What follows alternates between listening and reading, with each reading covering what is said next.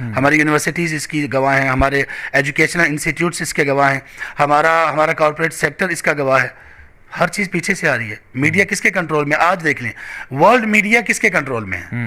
آپ اس بات کو چھوڑ کر آپ کبھی یہودیوں پہ شاؤٹ کیا ہو، آپ نے کبھی کرسچن پہ شاؤٹ کیا ہو، آپ نے کبھی اس پر شاؤٹ کیا ہو کہ توحید بھی کوئی چیز ہے، آپ آ جا کے مولویوں پہ شاؤٹ کرتے ہو. اور جب آپ کو پوچھا جاتا ہے تو آپ کہتے ہو نہیں میں تو ان کی ذمہ داری بتا رہا تھا، میں تو یہ کہہ رہا تھا کہ میں تو ان کو بہت بڑا بتاتا ہوں. یار یہ بڑا کیسے بتاتے ہو؟ آپ کہتے ہو اس مولوی کو فزکس نہیں آتی، اس کو یہ کیسے پتا ہوگا کہ آدم علیہ السلام نیچے کیسے آئے؟ تو مسئلہ یہاں تک نہیں ہے. مسئلہ یہ کہ آپ جتنا مرضی بحث کر لو علماء کرام کو، اور اس کے بعد پھر آپ کو چھپنے کی جگہ بھی علماء سے ملتی ہے. نہیں جی میں تو ان کو ایسا تو نہیں کہہ رہا تھا، میں ایسے کہہ رہا تھا. تو اس سے کاؤنٹر آرگومنٹ اس کا یہ ہے، آپ کیا کر رہے ہو بھائی؟ اللہ کے رسول صلی اللہ علیہ وسلم مدینہ میں جہاد کی فرضیت کے بعد آپ علیہ السلام نے ابو بصیر رضی اللہ تعالی عنہ صلح حدیبیہ کے تحت ایک معاہدے کے تحت وہ آئے تھے اور ان کو واپس کہا کہ واپس چلے جاؤ، ہمارا یہ معاہدہ ہے. ابو بصیر نے کہا کہ اللہ کے رسول آپ ہمیں کس کے سپرد کر رہے ہیں؟ اے اللہ کے رسول وہ آپ جانتے ہیں کہ وہ ہمارا کیا حشر کریں گے، آپ کو معلوم ہے کہ وہ دشمن ہیں، آپ ہمیں دشمن کے ہاتھوں میں دے رہے ہو. انہوں نے کہا نہیں یہ ہمارا معاہدہ ہے، ہم ایسے ہی کریں گے. سبحان اللہ. یہاں پہ اس طرح کا کوئی بندہ ہوتا نا، جیسے وہ ایک خارجی نے کہا تھا اللہ کے رسول آپ بدل نہیں کر رہے، اور آپ نے کہا تھا کہ اس کی ذریت سے نسل سے ایسے لوگ آئیں گے جو قرآن پڑھیں گے اور قرآن ان کے حلق سے نیچے نہیں جائے گا. بالکل یہاں پر ایسے ہی کوئی بندہ ہوتا نا، اس نے کہا اے اللہ کے رسول آپ اس کو واپس دے رہے ہیں، آپ کو پتہ ہی نہیں کسی مسلم جان کا، آپ اس کو قتل کروا رہے ہیں اللہ کے رسول. اللہ اکبر اللہ اکبر. یعنی اب یہ تو دیکھیں کبھی کوئی بندہ لبرل اٹھتا ہے، اس کی بات کا ڈائریکٹ اس کی جو ضرب ہوتی ہے وہ اللہ تبارک و تعالیٰ پر جا پڑ رہی ہوتی ہے. کوئی بندہ اٹھتا ہے، اس کی ڈائریکٹ جو یعنی وہ کر رہا ہوتا ہے، چوٹ پہنچا رہا ہوتا ہے، وہ قرآن ہوتا ہے. اور کوئی ڈائریکٹ اٹھتا ہے وہ پورے منہج کو رگیت کے رکھ دیتا ہے. اب اس پہ بات کرتے ہیں کہ وہاں پہ جو ہو رہا ہے ہم کیا کر سکتے ہیں. اللہ اکبر. ہم کیا کر سکتے ہیں اس کے بارے میں اگر جاننا ہے تو ہمارے پاس خود اللہ تعالیٰ نے ہمیں بتایا ہوا ہے، اللہ کے رسول صلی اللہ علیہ وسلم نے ہمیں بتایا ہوا ہے. اگر ہم جہاد پر بات کریں، جہاد کے مکمل احکامات ہیں، کتاب الجہاد ہے پوری. نظام کی بات کریں کتاب الامارہ ہے پوری. ہم نے کبھی ان چیزوں کو ڈسکس کیا ہے؟ کبھی ان کو ہم نے لیا ہے ایسے کہ ہم ان کو اپنی بیس لائن بنائیں اور اپنی بیسک سٹڈیز بنائیں اور اس کے بعد پھر ہم اس کے اوپر جا کر بات کریں؟ ہمارا ان دنوں کا مقصد یہ ہے، دیکھیں جب ہمارے پاس کوئی مسلم حکومت موجود ہو، وہ مسلم حکومت جتنی مرضی کرپٹ ہو، کرپشن کو بڑھاوا اس کو جواز نہیں دیا جا رہا. کہا وہ جا رہا ہے جو اللہ کے رسول صلی اللہ علیہ وآلہ وصحبہ وسلم نے اس سینیریو میں کہا ہے. آپ صلی اللہ علیہ وسلم نے فرمایا کہ آپ نے اپنے امیر حکمران کی بات ماننی ہے. وَإِن ضَرَبَ ظَهْرَكَ وَأَخَذَ مَالَكَ، آپ کے وہ کمر پر کوڑے برسائے، آپ کا وہ مال ہتھے آئے. آپ صلی اللہ علیہ وسلم کیا ظلم کو پروموٹ کر رہے ہیں؟ نعوذ باللہ من ذالک، نعوذ باللہ من ذالک. آپ صلی اللہ علیہ وسلم نے فرمایا کہ جو تمہارا حق ہے وہ دو، وہ اپنے حق میں جو غفلت کر رہے ہیں وہ اللہ کے سامنے وہ جواب دے ہوں گے. سوال یہ کہ اگر دو باتوں میں سے ایک بات پہلے ہمیں ان لوگوں سے کلیئر کرنا ہوگی جو اس طرح کی چیزوں کو پروموٹ کر رہے ہیں. آپ پاکستان کی حکومت کو مسلم حکومت سمجھتے ہیں یا کافر؟ دو ٹوک بات کرو، آپ میں پتہ چل جاتا ہے آپ کتنے حسینی ہو. حسین علیہ رضی اللہ عنہ، سیدنا حسین رضی اللہ تعالیٰ عنہ کا نام لے کر آپ نعوذ باللہ لوگوں میں اتنی مسکنسیپشن پھیلا رہے ہیں لوگ، اتنی مسکنسیپشن. ان کا وہاں پر جانا، سیدنا حسین رضی اللہ تعالیٰ عنہ کا وہاں پر جانا، یہ صرف اور صرف ان ظالم نادان اور زبان کے تیز لوگوں کے دھوکے میں آ کر وہاں پہ آپ گئے تھے. اور جب ان کو یہ احساس ہوا کہ ان لوگوں نے میرے ساتھ دھوکہ کیا ہے تو ان لوگوں سیدنا حسین رضی اللہ عنہ کی جو شرائط تھیں کہ 3 شرائط انہوں نے سامنے رکھی، ان میں سے ایک یہ تھی کہ مجھے یزید کے پاس جانے دو. وہ حاکم وقت سے ملنا چاہتے تھے، اور یہاں پہ سینیریو بالکل ہی ایسا کر دیا کہ جیسے سیدنا حسین رضی اللہ تعالی عنہ وہ اکیلے اس وقت دین پر تھے اور کوئی بھی روئے زمین پر بندہ دیندار تھا ہی نہیں. یہ اس طرح سے سینیریو بنا رہے ہوتے ہیں. اللہ اکبر. ان میں وہ لوگ بھی تھے جن سے سیدنا حسین رضی اللہ عنہ مشورہ کر کے آئے.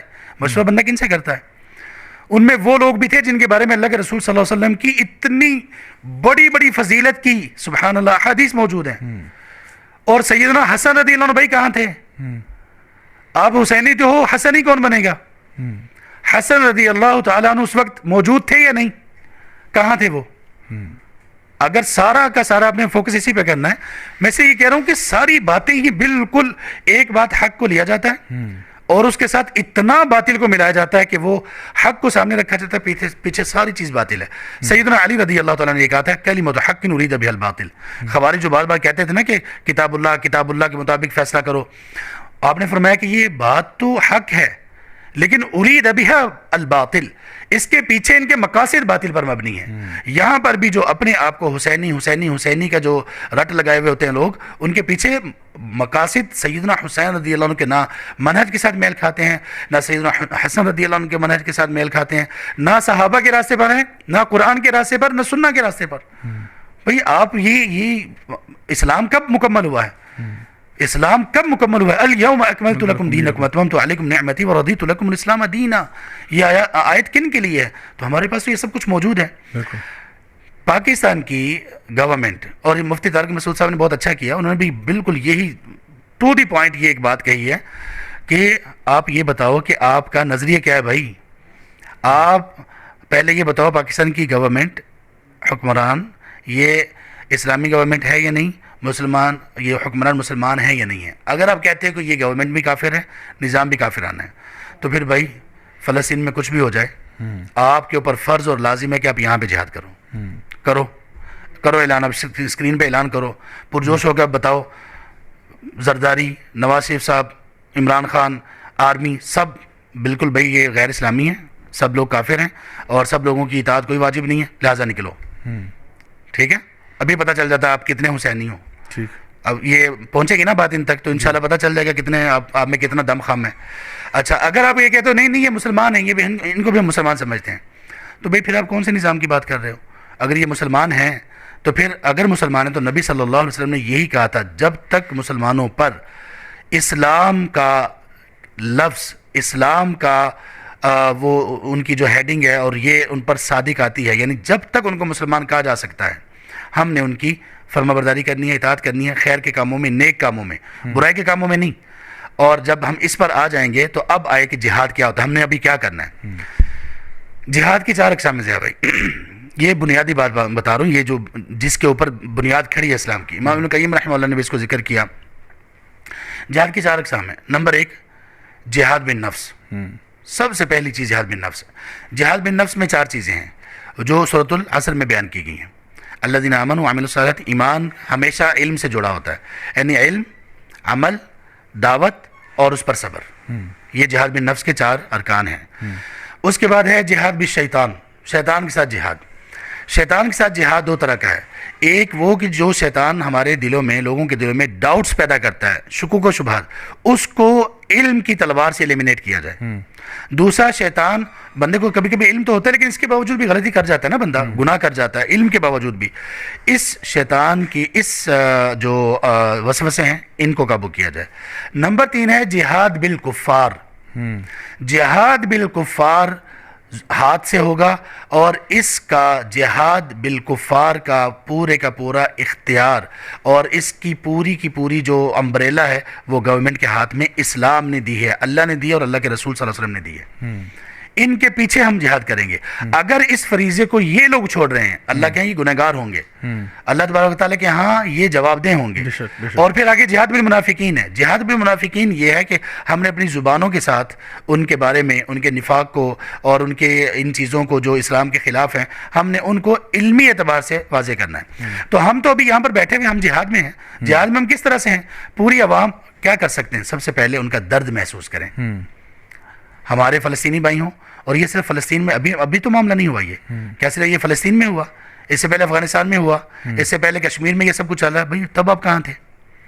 آپ کی یہ ساری باتیں تب کہاں پہ تھیں؟ اور انہی دوران میں اللہ کے رسول صلی اللہ علیہ وسلم پر، آپ کی ناموس پر اتنے حملے ہوئے، اللہ اکبر، اتنے حملے ہوئے، تب آپ کہاں تھے؟ تو جب یہ سب باتیں، تو ان کے سب سے پہلے ان کے درد کا محسوس کریں کہ مسلمان جو لوگ ہیں آپس میں ان کا کیا تعلق ہے. اور درد کا محسوس کرنے کے بعد پھر آپ دیکھیں کہ آپ کر کیا سکتے ہیں، آپ کی ذمہ داری اور ڈومین میں کیا کیا چیزیں ہیں. اس میں آپ یہ جو لوگ اتنا شور مچانے والے ہیں، سب اپنے آپ سے سوال کریں، کبھی تہجد کے وقت میں اٹھ کر اپنے ان بھائیوں کے لیے آپ نے دعا کی ہے؟ کبھی ایسی مسجد میں جا کر نماز پڑھی ہے جہاں پہ قنوت نازلہ ہوتی ہو؟ کبھی آپ نے ان کے لیے اللہ کے سامنے گر گرائے ہیں اور اس کے بعد پھر آپ مالی اعتبار سے اپنی جانی اعتبار سے جو کر سکتے ہیں وہ کریں. یہ نہیں کہ بس آگ لگا دو, اٹھا دو, جلا دو, گرا دو. آپ یہاں پہ کیا کر رہے ہو بھائی؟ چھڑوا دو پھر سب کو, یونیورسٹیاں بند کرواؤ نا. جن نوجوانوں کو آپ کہہ رہے ہو وہ آپ کی باتیں سنتے ہیں, تالیاں بجاتے ہیں اور کیا بات کی, کمال ہو گیا, یہ ہو گیا, وہ ہو گیا. اس کے بعد صبح جلدی جلدی تیار ہو جو, کہاں جانا ہے؟ یونیورسٹی جانا ہے. بھائی آپ کی بہنوں کا ریپ ہو رہا ہے, بچے قتل ہو رہے ہیں, آپ کو یونیورسٹی کی پڑھی ہوئی ہے جناب یہ فلاں اور فلاں, آج میری فلاں جگہ پہ ٹاک ہے. آپ جناب سوٹڈ بوٹڈ ہوتے ہو اور جا کر کیمرے کے سامنے بیٹھ کے تمہاری ایسی کی تیسی, مولوی یہ وہ, تمہیں یہ پتہ نہیں, تمہیں وہ پتہ نہیں ہے, بیٹیاں کٹ رہی ہیں, یہ ہو رہا ہے. ختم ہوئی, اپنا معاوضہ وصول کیا, اگلے دن ایک نئی پوڈ کاسٹ کے لیے تیار. یہ تم نے کیا مذاق بنا رکھا ہے بھائی؟ کر کیا رہے ہو یہ؟ اس کے پیچھے تو کوئی وزڈم, کوئی نہ اساس ہے اور نہ ان سب چیزوں کے پیچھے کوئی وزڈم ہے. دین کی بات پھیلانا صدقہ جاریہ ہے. ثواب کی نیت سے ویڈیو کو شیئر ضرور کیجیے. جزاک اللہ.